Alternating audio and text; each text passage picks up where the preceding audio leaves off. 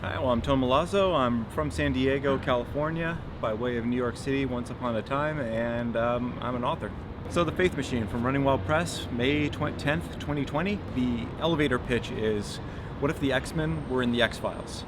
So sort of a plainclothes superhero thing. If you're superhero savvy, you'll see a lot of superhero tropes in here. Powers, tormented powers, secret identities, not so much invulnerability or capes or anything like that, not so much of the Flash. And that comes from reading comic books since I was 4.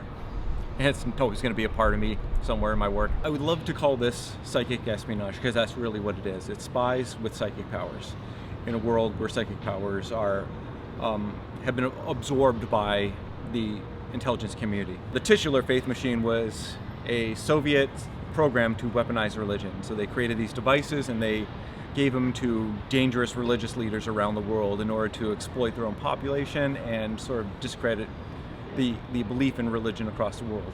Cut forward to the present time, somebody discovers there's a Faith Machine in operation in Africa. So they sent the team of our protagonists out there. The team is a group of, it's called Project Deadblind, and Dr. Park is the Korean-American psychiatrist and spy who's in charge of the team.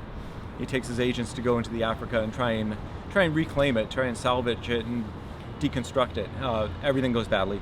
The machine is destroyed, but that sets off a chain of events, the consequences of which have our team running for their lives across America as everybody who had a stake in the Faith Machine or the program is after them for revenge or possibly to get the information they have. So I have so far 2 very positive reviews. The Kirkus review is particularly positive. It's they sort of hit on the fact that my characters aren't pitch perfect. Some of them are obnoxious, which, you know, some people are obnoxious.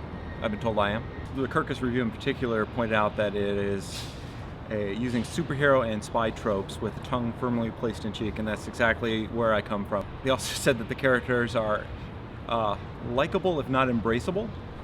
Yeah, I mean, they're spies, you know, and they've got their problems, and particularly the agency they work for is at a low point start of the story, so they're coming around. You know, if I get to revisit these characters, you'll see them get their act together.